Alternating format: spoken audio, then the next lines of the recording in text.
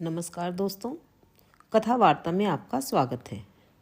दोस्तों, आज प्रस्तुत है मन्नू भंडारी जी की लिखी कहानी त्रिशंकु। कहानी को अंत तक जरूर सुनिएगा और कहानी पसंद आने पर वीडियो को लाइक और चैनल को सब्सक्राइब भी कीजिएगा। तो चलिए शुरू करते हैं आज की कहानी त्रिशंकु। घर की चार दीवारी आदमी को सुरक्षा देती है, पर साथ ही उसे एक सीमा में बांधती भी है। स्कूल कॉलेज जहाँ व्यक्ति के मस्तिष्क का विकास करते हैं, वहीं नियम कायदे और अनुशासन के नाम पर उसके व्यक्तित्व को कुंठित भी करते हैं। बात यह है बंधु कि हर बात का विरोध उसके भीतर ही रहता है। ये सब मैं किसी किताब के उदाहरण नहीं पेश कर रही। ऐसी भारी भरकम किताबें पढ़ने का मेरा बूता ही नहीं। ये तो उन बातों और बहसों के टुकड़े हैं जो रात दिन हमारे घर में हुआ करती हैं। हमारा घर यानी बुद्धिजीवियों का अखाड़ा। यहाँ सिगरेट के धुएं और कॉफ़ी के प्यालों के बीच बातों के बड़े बड़े तूमार बांधे जाते हैं, बड़ी बड़ी शाब्दिक क्रांतियाँ की जाती हैं। इस घर में काम कम और बातें ज़्यादा होती हैं। मैंने कहीं पढ़ा तो नहीं, पर अपने घर से यह लगता ज़रूर है कि बुद्धिजीवियों के लिए काम करना शायद वर्जित है। मातुश्री अपनी 3 घंटे की तफरीनुमा नौकरी बजाने के बाद मुक्त। थोड़ा बहुत पढ़ने लिखने के बाद जो समय बचता है वह या तो बात बहस में जाता है या फिर लोट लगाने में। उनका ख्याल है कि शरीर के निष्क्रिय होते ही मन मस्तिष्क सक्रिय हो उठते हैं, और ये दिन के 24 घंटे में से 12 घंटे अपना मन मस्तिष्क ही सक्रिय बनाए रखती हैं। पिताश्री और भी 2 कदम आगे। उनका बस चले तो वे नहाएं भी अपनी मेज पर ही। जिस बात की हमारे यहाँ सबसे अधिक कताई होती है वह है आधुनिकता। पर जरा ठहरिए, आप आधुनिकता का गलत अर्थ मत लगाइए। यह बाल कटाने और छुरी कांटे से खाने वाली आधुनिकता कतई नहीं। यह है ठेठ बुद्धिजीवियों की आधुनिकता। यह क्या होती है सो तो ठीक ठीक मैं भी नहीं जानती, पर हाँ, इसमें लीक छोड़ने की बात बहुत सुनाई पड़ती है। आप लीक की दुलत्ती झाड़ते आइए, सिर आंखों पर लीक से चिपक कर आइए, दुलत्ती खाइए। बहसों में यूँ दुनिया जहान के विषय पीसे जाते हैं, पर एक विषय शायद सब लोगों को बहुत प्रिय है, और वह है शादी। शादी यानी बर्बादी। हल्के फुल्के ढंग से शुरू हुई बात एकदम बौद्धिक स्तर पर चली जाती है। विवाह संस्था एकदम खोखली हो चुकी है। पति पत्नी का संबंध बड़ा नकली और ऊपर से थोपा हुआ है, और फिर धुआंधार ढंग से विवाह की धज्जियाँ उड़ाई जाती हैं। इस बहस में अक्सर स्त्रियां एक तरफ हो जाती और पुरुष एक तरफ, और बहस का माहौल कुछ ऐसा गर्म हो जाया करता कि मुझे पूरा विश्वास हो जाता कि अब जरूर 1-2 लोग तलाक दे बैठेंगे। पर मैंने देखा कि ऐसा कोई हादसा कभी हुआ नहीं। सारे ही मित्र लोग अपने अपने ब्याह को खूब अच्छी तरह तह समेट कर उस पर जमकर आसन मारे बैठे हैं। हाँ, बहस की रफ्तार और टोन आज भी वही है। अब सोचिए, ब्याह को कोसेंगे तो फ्री लव और फ्री सेक्स को तो पोसना ही पड़ेगा। इसमें पुरुष लोग उछल उछल कर आगे रहते, कुछ इस भाव से मानो बात करते ही इनका आधा सुख तो वे ले ही लेंगे।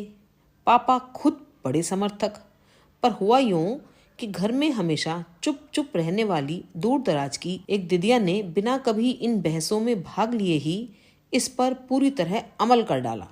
तो पाया कि सारी आधुनिकता आधम। वह तो फिर मम्मी ने बड़े सहज ढंग से सारी बात को संभाला और निरर्थक विवाह के बंधन में बांधकर दिदिया का जीवन सार्थक किया।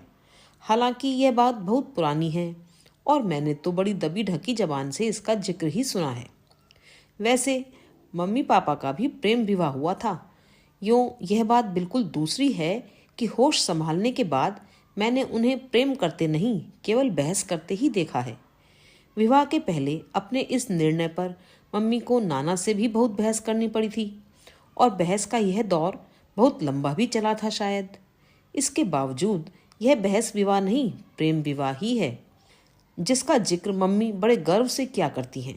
गर्व विवाह को लेकर नहीं, पर इस बात को लेकर है कि किस प्रकार उन्होंने नाना से मोर्चा लिया। अपने और नाना के बीच हुए संवादों को वे इतनी बार दोहरा चुकी हैं कि मुझे वे कंठस्थ से हो गए हैं। आज जब वे उनकी चर्चा करती हैं तो लीक से हटकर कुछ करने का संतोष उनके चेहरे पर झलक उठता है। बस ऐसे ही घर में मैं पल रही हूँ, बड़े मुक्त और स्वच्छंद ढंग से। और पलते पलते एक दिन अचानक बड़ी हो गई। बड़े होने का यह एहसास मेरे अपने भीतर से इतना नहीं फूटा जितना बाहर से। इसके साथ भी एक दिलचस्प घटना जुड़ी हुई है। हुआ यूं कि घर के ठीक सामने एक बरसाती है, एक कमरा और उसके सामने फैली छत। उसमें हर साल 2-3 विद्यार्थी आकर रहते, छत पर घूम घूम कर पढ़ते, पर कभी ध्यान ही नहीं गया। शायद ध्यान जाने जैसी मेरी उम्र ही नहीं थी। इस बार देखा वहाँ 2 लड़के आए हैं। थे तो वे 2 ही, पर शाम तक उनके मित्रों का एक अच्छा खासा जमघट हो जाता और सारी छत ही नहीं, सारा मोहल्ला तक गुलजार। हंसी मजाक, गाना बजाना और आसपास की जो भी लड़कियां उनकी नज़र के दायरे में आ जाती, उन पर चुटीली फप्तियाँ।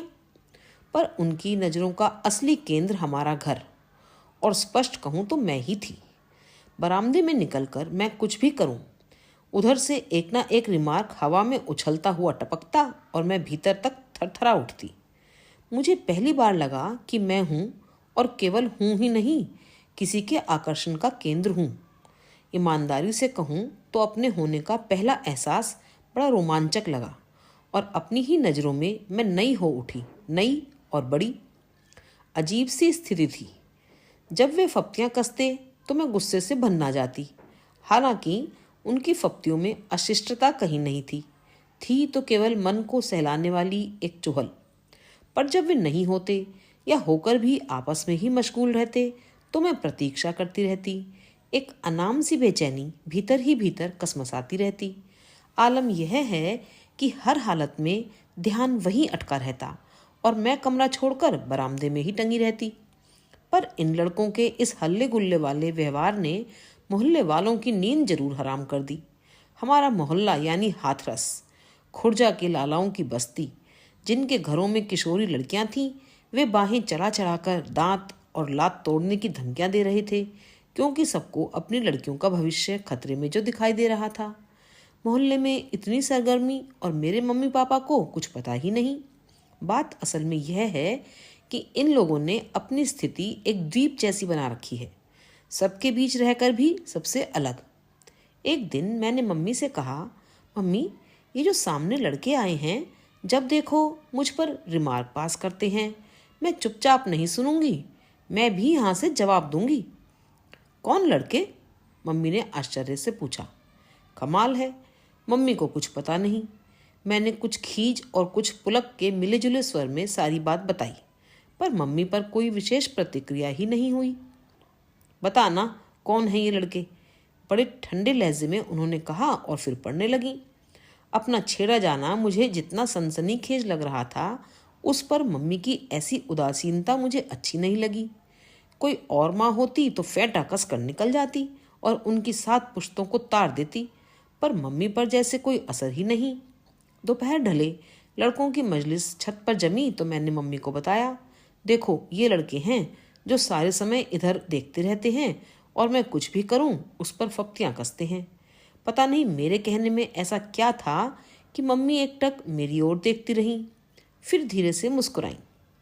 थोड़ी देर तक छत वाले लड़कों का मुआयना करने के बाद बोली, कॉलेज के लड़के मालूम होते हैं, पर ये तो एकदम बच्चे हैं। मन हुआ कहूँ कि मुझे बच्चे नहीं तो क्या बूढ़े छेड़ेंगे, पर तभी मम्मी बोली, कल शाम को इन लोगों को चाय पर बुला देते हैं, तुमसे दोस्ती करवा देते हैं। मैं तो अवाक, तुम इन्हें चाय पर बुलाओगी? मुझे जैसे मम्मी की बात पर विश्वास ही नहीं हो रहा था। हाँ, क्यों, क्या हुआ? अरे यह तो हमारे ज़माने में होता था कि मिल तो सकते नहीं, बस दूर से ही फप्तियाँ कस कस कर तसल्ली करो। अब तो ज़माना बदल गया। मैं तो इस विचार मात्र से ही पुलकित लगा। मम्मी सचमुच कोई ऊंची चीज़ हैं।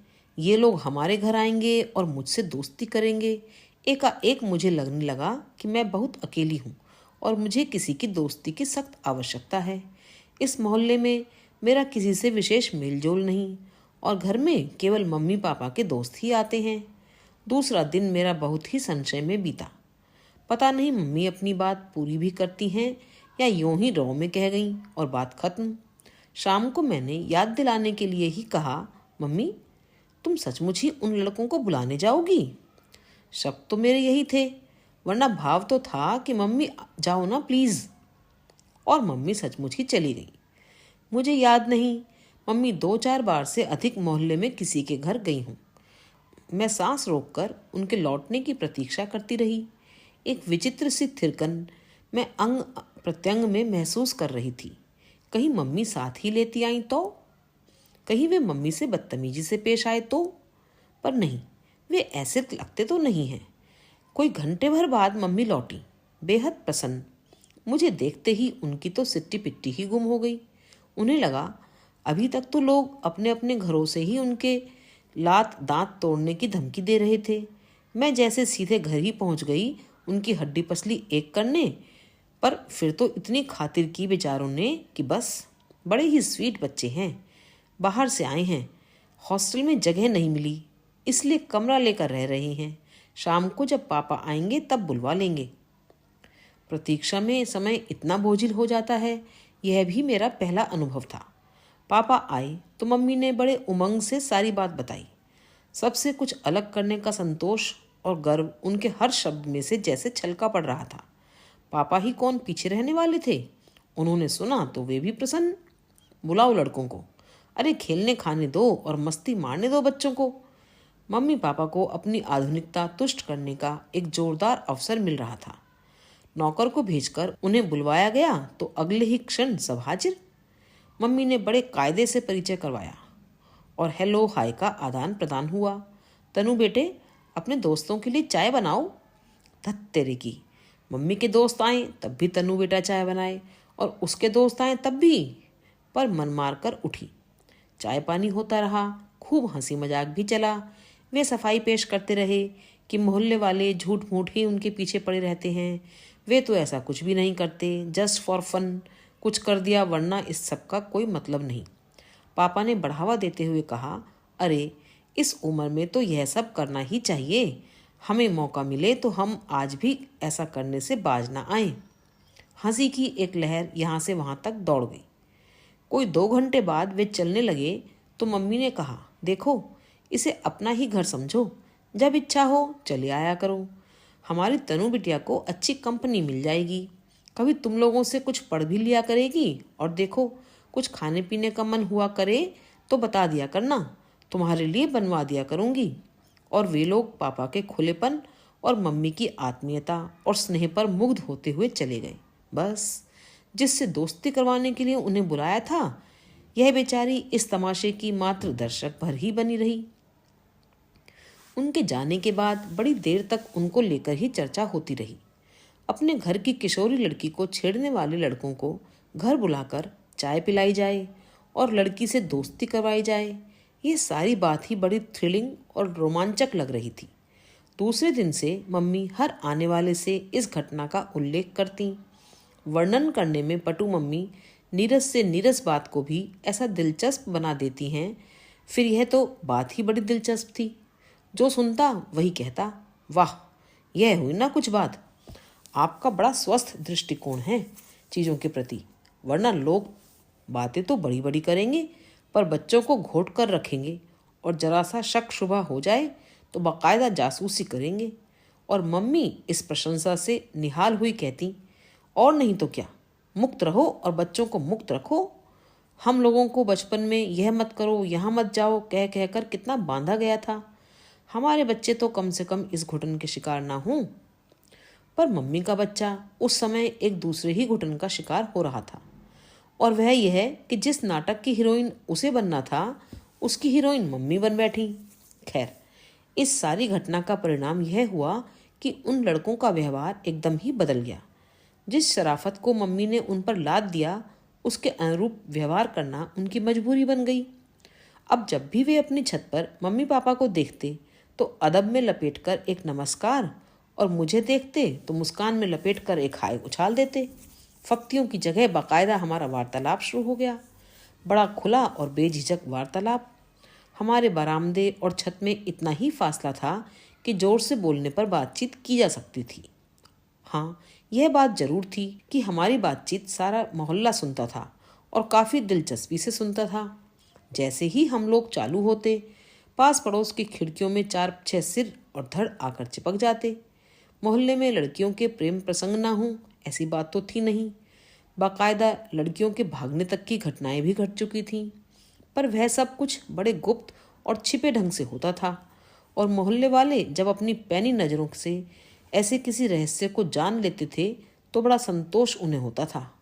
पुरुष मूछों पर ताव देकर और स्त्रियां हाथ नचा नचा कर खूब नमक मिर्च लगाकर इन घटनाओं को यहाँ से वहाँ तक प्रचार करती, कुछ इस भाव से कि अरे हमने दुनिया देखी है, हमारी आंखों में कोई धूल नहीं झोंक सकता है। पर यहाँ स्थिति ही उलट गई थी। हमारा वार्तालाप इतने खुले आम होता था कि लोगों को खिड़कियों की ओट में छिप छिप कर देखना सुनना पड़ता था, और सुनकर भी ऐसा कुछ उनके हाथ नहीं लगता था जिससे वे कुछ आत्मिक संतोष पाते। पर बात को बढ़ना था और बात बढ़ी।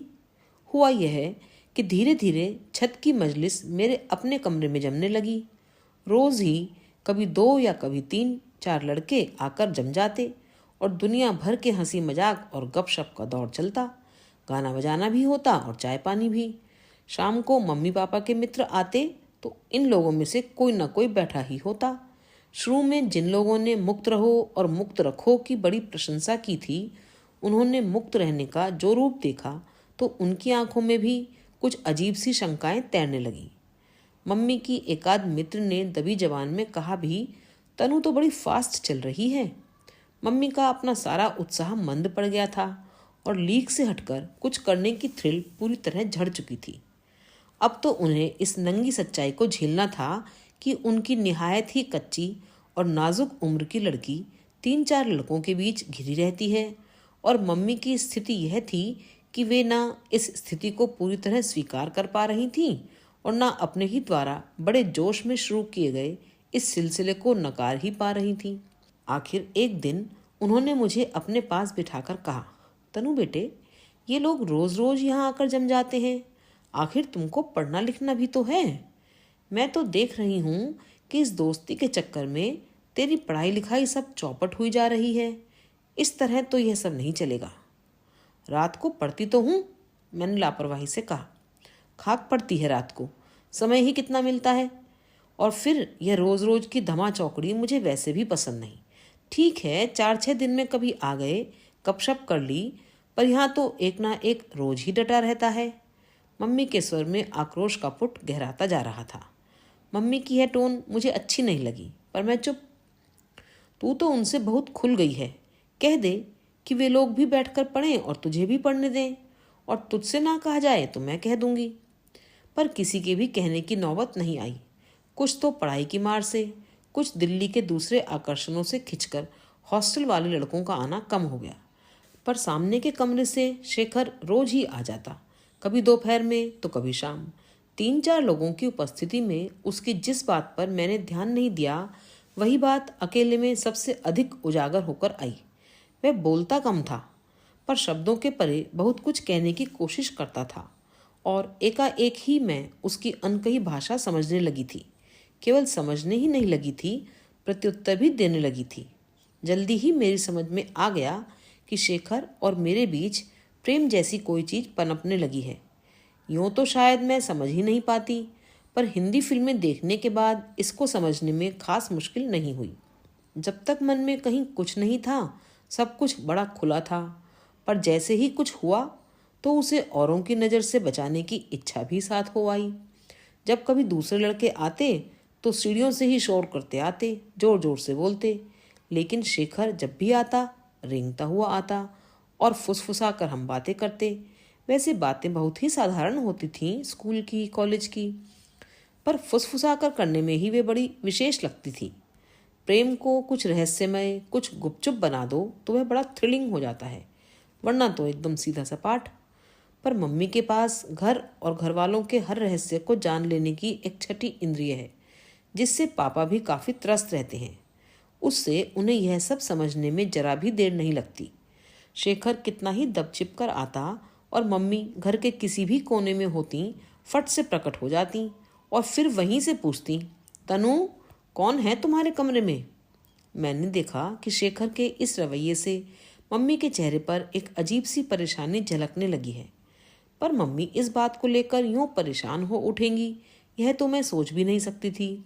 जिस घर में रात दिन तरह तरह के प्रेम प्रसंग ही पोसे जाते रहे हों, कुंवारों के प्रेम प्रसंग, विवाहितों के प्रेम प्रसंग, दो तीन प्रेमियों से एक साथ चलने वाले प्रेम प्रसंग, उस घर के लिए तो यह बहुत ही मामूली बात होनी चाहिए।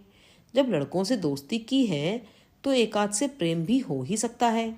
मम्मी ने शायद समझ लिया था कि यह स्थिति आजकल की कलात्मक फिल्मों की तरह चलेगी, जिनकी वे बड़ी प्रशंसक और समर्थक हैं, पर जिनमें शुरू से आखिर तक कुछ भी सनसनीखेज घटता ही नहीं। जो भी हो, मम्मी की इस परेशानी ने मुझे भी कहीं हल्के से विचलित जरूर कर दिया। मम्मी मेरी माँ ही नहीं, मित्र और साथिन भी हैं। दो घनिष्ठ मित्रों की तरह ही हम दुनिया जहान की बातें करते हैं, हंसी मजाक करते हैं। मैं चाहती थी कि वे इस बारे में भी कोई बात करें, पर उन्होंने कोई बात नहीं की। बस जब शेखर आता तो वे अपनी स्वभावगत लापरवाही छोड़कर बड़े सजग भाव से मेरे कमरे के इर्द गिर्द ही मंडराती रहती। एक दिन मम्मी के साथ बाहर जाने के लिए नीचे उतरी तो दरवाजे पर ही पड़ोस की एक भद्र महिला टकरा गई। नमस्कार और कुशल क्षेम के आदान प्रदान के बाद वे बात के असली मुद्दे पर आईं। ये सामने वाले की छत वाले लड़के आपके रिश्तेदार हैं क्या? नहीं तो। अच्छा, शाम को रोज आपके घर बैठे रहते हैं तो सोचा आपके जरूर कुछ लगते होंगे। तनु के दोस्त हैं। मम्मी ने कुछ ऐसी लापरवाही और निसंकोच भाव से यह वाक्य उछाला कि बेचारी तीर निशाने पर न लगने का गम लिए ही लौट गई। वे तो लौट गई, पर मुझे लगा कि इस बात का सूत्र पकड़कर ही मम्मी अब जरूर मेरी थोड़ी धुनाई कर देंगी। कहने वाली का तो कुछ ना बना, पर मेरा कुछ बिगाड़ने का हथियार तो मम्मी के हाथ में आ ही गया। बहुत दिनों से उनके अपने मन में कुछ उमड़ घुमड़ तो रहा ही है, पर मम्मी ने इतना ही कहा, लगता है इनके अपने घर में कोई धंधा नहीं है, जब देखो दूसरों के घर में चोंच गड़ाए बैठे रहते हैं। मैं आश्वस्त ही नहीं हुई, बल्कि मम्मी की ओर से इसे हरा सिग्नल समझकर मैंने अपनी रफ्तार कुछ और तेज कर दी। पर इतना जरूर किया कि शेखर के साथ 3 घंटों में से 1 घंटा जरूर पढ़ाई में गुजारती। वह बहुत मन लगाकर पढ़ाता और मैं बहुत मन लगाकर पढ़ती। हाँ, बीच बीच में वह कागज़ की छोटी छोटी पर्चियों पर कुछ ऐसी पंक्तियाँ लिखकर थमा देता कि मैं भीतर तक झंझना जाती। उसके जाने के बाद भी उन पंक्तियों के वे शब्दों के पीछे के भाव मेरी रग रग में सनसनाते और मैं उन्हीं में डूबी रहती। मेरे भीतर अपनी ही एक दुनिया बनती जा रही थी, बड़ी भरी पूरी और रंगीन। आजकल मुझे किसी की ज़रूरत ही महसूस नहीं होती। लगता जैसे मैं अपने में ही पूरी हूँ। हमेशा साथ रहने वाली मम्मी भी आउट होती जा रही हैं, और शायद यही कारण है कि इधर मैंने मम्मी पर ध्यान देना ही छोड़ दिया है। रोज़मर्रा की बातें तो होती हैं, पर केवल बातें ही होती हैं, उसके परे कहीं कुछ नहीं। दिन गुजरते जा रहे थे और मैं अपने में ही डूबी, अपनी दुनिया में और गहरे धंसती जा रही थी, बाहर की दुनिया से एक तरह से बेखबर सी। एक दिन स्कूल से लौटी, कपड़े बदले, शोर शराबे के साथ खाना मांगा, मीन मेघ के साथ खाना खाया, और जब कमरे में घुसी तो मम्मी ने लेटे लेटे ही बुलाया, तनु इधर आओ। पास आई तो पहली बार ध्यान गया कि मम्मी का चेहरा तमतमा रहा है। मेरा माथा ठनका। उन्होंने साइड टेबल पर से एक किताब उठाई और उसमें से कागज़ की 5-6 पर्चियाँ सामने कर दी। तौबा, मम्मी से कुछ पढ़ना था सो जाते समय उन्हें अपनी किताब दे गई थी। गलती से शेखर की लिखी पर्चियाँ उसी में रह गईं। तो इस तरह चल रही है शेखर और तुम्हारी दोस्ती? यही पढ़ाई होती है यहाँ बैठकर? यही सब करने के लिए आता है वह यहाँ? मैं चुप। जानती हूँ गुस्से में मम्मी को जवाब देने से बढ़कर मूर्खता और कोई नहीं। तुमको छूट दी, आज़ादी दी, पर इसका मतलब यह तो नहीं कि तुम उसका नाजायज फ़ायदा उठाओ। मैं फिर भी चुप। बित्ते भर की लड़की और करतब देखो इसके। जितनी छूट दी उतने ही पैर पसरते जा रहे हैं इसके। एक झापड़ दूंगी तो सारा रोमांस झड़ जाएगा 2 मिनट में। इस वाक्य पर मैं एकदम तिलमिला उठी, तमक कर नज़र उठाई और मम्मी की तरफ देखा। पर यह क्या? यह तो मेरी मम्मी नहीं है। न यह तेवर मम्मी का है, न यह भाषा। फिर भी यह सारे वाक्य बहुत परिचित से लगे। लगा यह सब मैंने कहीं सुना है और खटाक से मेरे मन में कौंधा, नाना। पर नाना को मरे तो कितने साल हो गए, ये फिर जिंदा कैसे हो गए, और वह भी मम्मी के भीतर, जो होश संभालने के बाद हमेशा उनसे झगड़ा ही करती रही, उनकी हर बात का विरोध ही करती रही। मम्मी का नानई लहजे वाला भाषण काफ़ी देर तक चालू रहा, पर वह सब मुझे कहीं से भी छू नहीं रहा था। बस कोई बात झकझोर रही थी, तो यही कि मम्मी के भीतर नाना कैसे आ बैठे। और फिर घर में एक विचित्र सा तनावपूर्ण मौन छा गया, खासकर मेरे और मम्मी के बीच। नहीं, मम्मी तो घर में रही ही नहीं, मेरे और नाना के बीच। मैं मम्मी को अपनी बात समझा भी सकती हूँ, उनकी बात समझ भी सकती हूँ, पर नाना, मैं तो इस भाषा से भी अपरिचित हूँ और इस तेवर से भी। बात करने का प्रश्न ही कैसे उठता। पापा जरूर मेरे दोस्त हैं, पर बिल्कुल दूसरी तरह के। शतरंज खेलना, पंजा लड़ाना और जो फरमाइश मम्मी पूरी ना करें उनसे पूरी करवा लेना। बचपन में उनकी पीठ पर लदी रहती थी और आज भी बिना किसी झिझक के उनकी पीठ पर लदकर अपनी हर इच्छा पूरी करवा लेती हूँ। पर इतने माय डियर दोस्त होने के बावजूद अपनी निजी बातें मैं मम्मी के साथ ही करती आई हूँ, और वहाँ एकदम सन्नाटा। मम्मी को पटखनी देकर नाना पूरी तरह उन पर सवार जो हैं। शेखर को मैंने इशारे से ही लाल झंडी दिखा दी थी, सो वह भी नहीं आ रहा, और शाम का समय है कि मुझसे काटे नहीं कटता। कई बार मन हुआ कि मम्मी से जाकर बात करूं और साफ साफ पूछूं कि तुम इतना बिगड़ क्यों रही हो। मेरी और शेखर की दोस्ती के बारे में तुम जानती तो हो, मैंने तो कभी कुछ छिपाया नहीं, और दोस्ती है तो यह सब तो होगा ही। तुम क्या समझ रही थी कि हम भाई बहन की तरह हैं? पर तभी ख्याल आता है कि मम्मी हैं ही कहाँ जिनसे जाकर यह बात कहूँ। 4 दिन हो गए, मैंने शेखर की सूरत तक नहीं देखी। मेरे हल्के से इशारे से ही उस बेचारे ने घर तो क्या, छत पर आना भी छोड़ दिया। हॉस्टल में रहने वाले उसके साथी भी छत पर न दिखाई दिए, न घर ही आए। कोई आता तो कम से कम उसका हालचाल ही पूछ लेती। मैं जानती हूँ वह बेवकूफ़ी की हद तक भावुक है। उसे तो ठीक से यह भी नहीं मालूम कि आखिर यहाँ हुआ क्या है। लगता है मम्मी के गुस्से की आशंका मात्र से सबके हौसले पस्त हो गए थे। वैसे कल से मम्मी के चेहरे का तनाव कुछ ढीला जरूर हुआ है। 3 दिन से जमी हुई शक्ति जैसे पिघल गई हो। पर मैंने तय कर लिया है कि बात अब मम्मी ही करेंगी।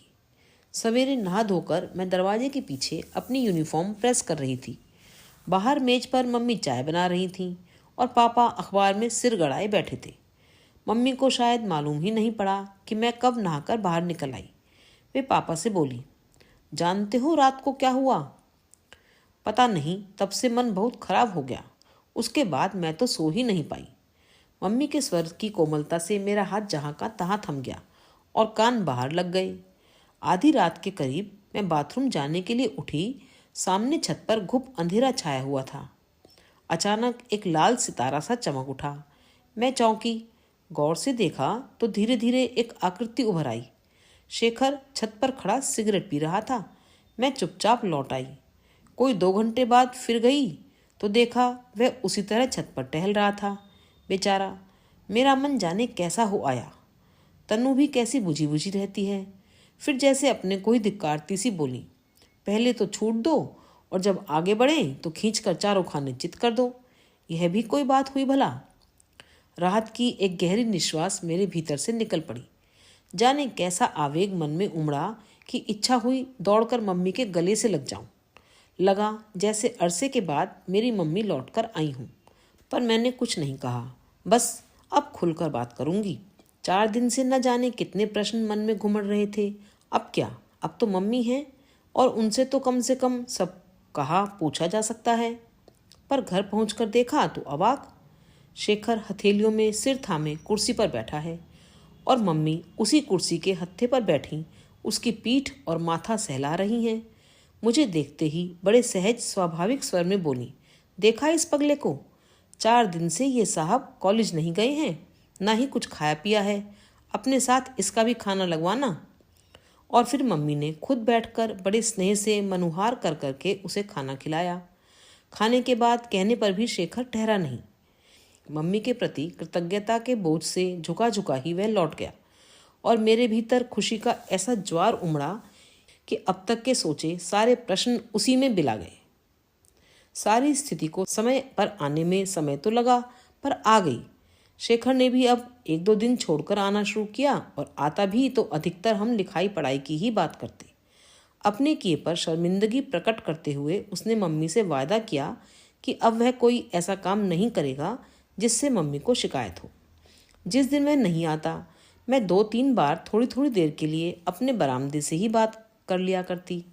घर की अनुमति और सहयोग से यूं सरेआम चलने वाले इस प्रेम प्रसंग में मोहल्ले वालों के लिए भी कुछ नहीं रह गया था, और उन्होंने इस जानलेवा जमाने के नाम 2-4 लानतें भेजकर किसी गुल खिलने तक के लिए अपनी दिलचस्पी को स्थगित कर दिया था। लेकिन एक बात मैंने जरूर देखी, जब भी शेखर शाम को कुछ ज़्यादा देर बैठ जाता या दोपहर में भी आता, तो मम्मी के भीतर नाना कसमसाने लगते और उसकी प्रतिक्रिया मम्मी के चेहरे पर झलकने लगती। मम्मी भरसक कोशिश करके नाना को बोलने तो नहीं देती, पर उन्हें पूरी तरह हटा देना भी शायद मम्मी के बस की बात नहीं रह गई थी। हाँ, यह प्रसंग मेरे और मम्मी के बीच में अब रोज़मर्रा की बातचीत का विषय जरूर बन गया था। कभी वह मजाक में कहती, यह जो तेरा शेखर है ना, बड़ा लिजलिजा सा लड़का है। अरे, इस उम्र में लड़कों को चाहिए घूमे फिरें, मस्ती मारें, क्या मुहर्रमी सी सूरत बनाए मजनू की तरह छत पर टंगा सारे समय इधर ही ताकता रहता है। मैं केवल हंस देती। कभी बड़ी भावुक होकर कहती, तू क्यों नहीं समझती बेटे कि तुझे लेकर कितनी महत्वाकांक्षाएं हैं मेरे मन में, तेरे भविष्य को लेकर कितने सपने संजो रखे हैं मैंने। मैं हंसकर कहती, मम्मी तुम भी कमाल करती हो, अपनी जिंदगी को लेकर भी तुम सपने देखो और मेरी जिंदगी के सपने भी तुम ही देख डालो, कुछ सपने मेरे लिए भी छोड़ दो। कभी वे समझाने के लहजे में कहती, देखो तनु, अभी तुम बहुत छोटी हो, अपना सारा ध्यान पढ़ने लिखने में लगाओ और दिमाग से ये उल्टे सीधे फितूर निकाल डालो। ठीक है, बड़े हो जाओ तो प्रेम भी करना और शादी भी। मैं तो वैसे भी तुम्हारे लिए लड़का ढूंढने वाली नहीं हूँ, अपने आप ही ढूंढना, पर इतनी अकल तो आ जाए कि ढंग का चुनाव कर सको। अपने चुनाव के रिजेक्शन को मैं समझ जाती और पूछती, अच्छा मम्मी बताओ, जब तुमने पापा को चुना था तो वह नाना को पसंद था? मेरा चुनाव? अपनी सारी पढ़ाई लिखाई खत्म करके 25 साल की उम्र में चुनाव किया था मैंने, खूब सोच समझकर और अकल के साथ, समझी? मम्मी अपनी बौखलाहट को गुस्से में छिपाकर कहती, उम्र और पढ़ाई लिखाई, ये 2 ही तो ऐसे मुद्दे हैं जिस पर मम्मी मुझे जब तक डांटती रहती हैं। पढ़ने लिखने में मैं अच्छी थी, और रही उम्र का सवाल, सो उसके लिए मन होता कि कहूँ, मम्मी तुम्हारी पीढ़ी जो काम 25 साल की उम्र में करती थी, हमारी उसे 15 साल की उम्र में ही करेगी। इसे तुम क्यों नहीं समझती? पर चुप रह जाती। नाना का जिक्र तो चल ही पड़ा है, कहीं वे जाग उठे तो। छमाही की परीक्षाएं पास आ गई थीं और मैंने सारा ध्यान पढ़ने में लगा दिया था। सबका आना और गाना बजाना एकदम बंद। इन दिनों मैंने इतनी जमकर पढ़ाई की कि मम्मी का मन प्रसन्न हो गया, शायद कुछ आश्वस्त भी। आखिरी पेपर देने के पश्चात लग रहा था कि एक बोझ था जो हट गया है। मन बेहद हल्का होकर कुछ मस्ती मारने को कर रहा था। मैंने मम्मी से पूछा, मम्मी कल शेखर और दीपक पिक्चर जा रहे हैं, मैं भी साथ चली जाऊं? आज तक मैं इन लोगों के साथ कभी घूमने नहीं गई, पर इतनी पढ़ाई करने के बाद अब इतनी छूट तो मिलनी ही थी। मम्मी एक क्षण मेरा चेहरा देखती रही, फिर बोली, इधर आ, यहाँ बैठ, तुझसे कुछ बात करनी है। मैं जाकर बैठ गई, पर यह ना समझ आया कि इसमें बात करने को क्या है। हाँ कहो या ना, लेकिन मम्मी को बात करने का मर्ज जो है, उनकी तो हाँ ना भी 50-60 वाक्यों में लिपटे बिना नहीं निकल सकती। तेरे इम्तिहान खत्म हुए, मैं तो खुद पिक्चर का प्रोग्राम बना रही थी। कौन सी पिक्चर देखना चाहती है? क्यों, उन लोगों के साथ जाने में क्या है? मेरे स्वर में इतनी खींच भरी हुई थी कि मम्मी एकटक मेरा चेहरा ही देखती रह गई। तनु, तुझे पूरी छूट दे रखी है बेटे, पर इतनी ही तेज चल कि मैं भी साथ चल सकूं। तुम साफ कहो ना कि जाने दोगी या नहीं, बेकार की बातें, मैं भी साथ चल सकूं। तुम्हारे साथ चल सकने की बात भला कहाँ से आ गई? मम्मी ने पीठ सहलाते हुए कहा, साथ तो चलना ही पड़ेगा, कभी औंधे मुंह गिरी तो उठाने वाला भी तो चाहिए ना। मैं समझ गई कि मम्मी नहीं जाने देंगी, पर इस तरह प्यार से मना करती हैं तो झगड़ा भी तो नहीं किया जा सकता। बहस करने का सीधा सा मतलब है कि उनका बघारा हुआ दर्शन सुनूं, यानी 25 मिनट की एक क्लास। पर मैं कतई नहीं समझ पाई कि जाने में आखिर हर्ज क्या है। हर बात में नानुकुर। कहाँ तो कहती थी कि बचपन में यह मत करो, यहाँ मत जाओ कहकर हमको बहुत डांटा गया था, और खुद अब वही सब कर रही हैं। देख लिया इनकी बड़ी बड़ी बातों को। मैं उठी और दंदनाती हुई अपने कमरे में आ गई। हाँ, एक वाक्य जरूर थमा गई। मम्मी, जो चलेगा वह गिरेगा भी, और जो गिरेगा वह उठेगा भी, और खुद ही उठेगा, उसे किसी की जरूरत नहीं है। पता नहीं मेरी बात की उन पर प्रतिक्रिया हुई या उनके मन में ही कुछ जागा कि शाम को उन्होंने खुद शेखर और उसके कमरे पर आई तीनों चारों लड़कों को बुलाकर मेरे ही कमरे में मजलिस जमवाई और खूब गर्म गर्म खाना खिलाया। कुछ ऐसा रंग जमा कि मेरा दोपहर वाला आक्रोश धुल गया। इम्तिहान खत्म हो गए थे और मौसम सुहाना था। मम्मी का रवैया भी अनुकूल था। सो दोस्ती का स्थगित हुआ सिलसिला फिर शुरू हो गया, और आजकल तो जैसे उसके सिवाय कुछ रह ही नहीं गया था। पर फिर एक झटका। उस दिन मैं अपनी सहेली के घर से लौटी तो मम्मी की सख्त आवाज़ सुनाई दी, तनु इधर आओ तो। आवाज़ से ही लगा कि यह खतरे का सिग्नल है। एक क्षण को मैं सख्ते में आ गई। पास गई तो चेहरा पहले की तरह सख्त। तुम शेखर के कमरे में जाती हो? मम्मी ने बंदूक दागी। समझ गई कि पीछे गली में से किसी ने अपना करतब कर दिखाया। कब से जाती हो? मन तो हुआ कि कहूँ जिसने जाने की खबर दी है उसने बाकी बातें भी बता दी होंगी, कुछ जोड़ तोड़ कर ही बताया होगा। पर मम्मी जिस तरह भभक रही थी उसमें चुप रहना ही बेहतर समझा। वैसे मुझे मम्मी के इस गुस्से का कोई कारण समझ में नहीं आ रहा था। 2-3 बार यदि मैं थोड़ी देर के लिए शेखर के कमरे पर चली गई तो ऐसा क्या गुनाह हो गया। पर मम्मी का हर काम सकारण तो होता नहीं, बस वे तो मूड पर ही चलती हैं। अजीब मुसीबत थी। गुस्से में मम्मी से बात करने का कोई मतलब नहीं, और मेरी चुप्पी मम्मी के गुस्से को और भड़का रही थी। याद नहीं है, मैंने शुरू में ही तुम्हें मना कर दिया था कि तुम उनके कमरे पर कभी नहीं जाओगी। 3-3 घंटे वह यहाँ धूनी जमाकर बैठता है, इसमें जी नहीं भरा तुम्हारा? दुख, क्रोध और आतंक की परतें उनके चेहरे पर गहरी होती जा रही थी, और मैं समझ ही नहीं पा रही थी कि कैसे उन्हें सारी स्थिति समझाऊं। वह तो बेचारे सामने वालों ने मुझे बुलाकर आगाह कर दिया। जानती हैं, यह सिर आज तक किसी के सामने झुका नहीं, पर वहाँ मुझसे आंख नहीं उठाई गई। मुंह दिखाने लायक मत रखना हमको कहीं भी। सारी गली में थू थू हो रही है, नाक कटा कर रख दी। गजब। इस बार तो सारा मोहल्ला ही बोलने लगा मम्मी के भीतर से। आश्चर्य है कि जो मम्मी आज तक अपने आसपास से बिल्कुल कटी हुई थीं, जिसका मजाक ही उड़ाया करती थीं, आज कैसे उसके सुर में सुर मिलाकर बोल रही हैं। मम्मी का भाषण बदस्तूर चालू, पर मैंने तो अपने कान के स्विच ही ऑफ कर लिए। जब गुस्सा ठंडा होगा, मम्मी अपने में लौट आएंगी, तब समझा दूंगी। मम्मी, इस छोटी सी बात को तुम नाहक इतना तूल दे रही हो। पर जाने कैसी डोज ले आई हैं इस बार कि उनका गुस्सा ठंडा ही नहीं हो रहा है, और हुआ ही है कि अब उनके गुस्से से मुझे गुस्सा चढ़ने लगा। फिर घर में एक अजीब सा तनाव बढ़ गया। इस बार मम्मी ने शायद पापा को भी सब कुछ बता दिया है। कहा तो उन्होंने कुछ नहीं, वे शुरू से ही इस सारे मामले में आउट ही रहे, पर इस बार उनके चेहरे पर भी एक अनकहा सा तनाव दिखाई जरूर दे रहा है। कोई 2 महीने पहले जब इस तरह की घटना हुई थी तो मैं भीतर तक सहम गई थी, पर इस बार मैंने तय कर लिया है कि इस सारे मामले में मम्मी को यदि नाना बनकर ही व्यवहार करना है तो मुझे भी फिर मम्मी की तरह ही मोर्चा लेना होगा उनसे, और मैं जरूर लूँगी। दिखा तो दूं कि मैं तुम्हारी ही बेटी हूँ और तुम्हारे ही नक्शे कदम पर चली हूँ। खुद तो लीक से हटकर चली थी, सारी जिंदगी इस बात की घुट्टी पिलाती रही, पर मैंने जैसे ही अपना कदम रखा, घसीट कर मुझे अपनी ही खींची लीक पर लाने के दंत फंद शुरू हो गए। मैंने मन में ढेर सारे तर्क सोच डाले कि एक दिन बाकायदा मम्मी से बहस करूंगी। साफ साफ कहूंगी कि मम्मी, इतने ही बंधन लगाकर रखना था तो शुरू से वैसे पालती, क्यों झूठ मूठ आज़ादी देने की बातें करती सिखाती रहीं।